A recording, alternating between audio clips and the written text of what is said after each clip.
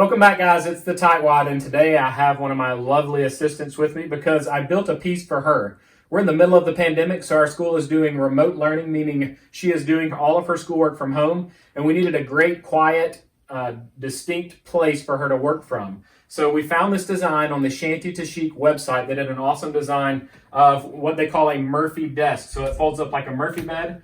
It looks like a decorative piece, but then once you pull out the inner part of the frame, the rest of it folds down into a nice desk. This desk is 26 inches tall, so a standard size adult chair is working for her. If she needs to get any higher, she can throw a pillow in her chair, but she can throw her iPad up here. She's got all of her supplies on those 3 storage shelves here.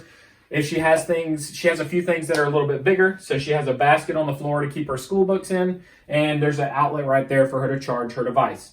So a couple of things that we did change about the Shanty to Chic design, just a backstory on them. They make awesome plans, but they make them for people with minimum amounts of tools. So really you can use a hand miter saw and a Craig jig to make most of the things that they recommend that you make. But since I have a few more tools, I did use an old kitchen countertop for the top of the desk. It has a Formica top on it, which gives her a nice, extremely flat, smooth and hard surface so she can bear down with a pencil and not worry about it making designs inside the pine like you would if you just use the 1x6s or 1x5s that they had. If you do use their design completely, I recommend a nice thick coat of varnish on it. That will harden up that pine and make it where your pencil is a little bit smoother on it. So you do want to make sure that the leg will fold down to 90 degrees here. If you're working on a hardwood floor, you may want to add a brace. This is a carpet floor, so it's holding the leg in place, but if you're on a hardwood floor, the leg would have a tendency to move forwards or backwards, so a nice brace would help there. But everything else is pretty much the same. I used plywood for my frame and the shelves. That cut down on the cost tremendously, especially since I already had some plywood laying around. It wasn't a big deal for me to use this as scrap wood. I did have to cut some trim pieces to go around the side of this kitchen countertop because you know it's a particle board underneath the Formica. But what we love about it is that at the end of the day, she can pull her iPad down and fold the desk up out of the way. It's not super heavy, so she could do this on her own.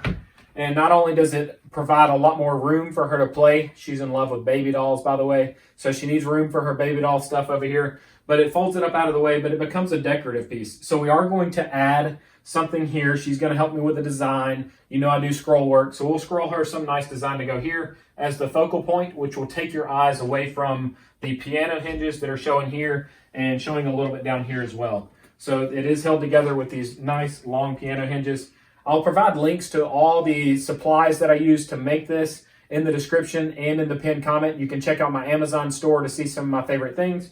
I'm also going to provide a link to the Shanty to Chic website. Huge props to those ladies for coming up with this awesome functional design, and it was right on time, right before the school year started.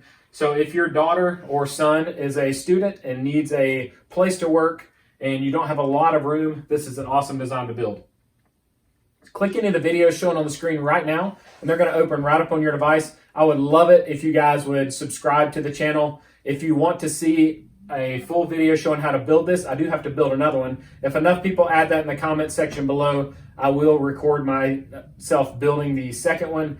I'll show you some lessons learned from the first build so that I can make the next one even better. But let me know in the comment section below if it's a thumbs up or thumbs down. Let me know what you would change so I can incorporate it in my next build. But I hope you guys have a great day. Let's end the video. Yeah!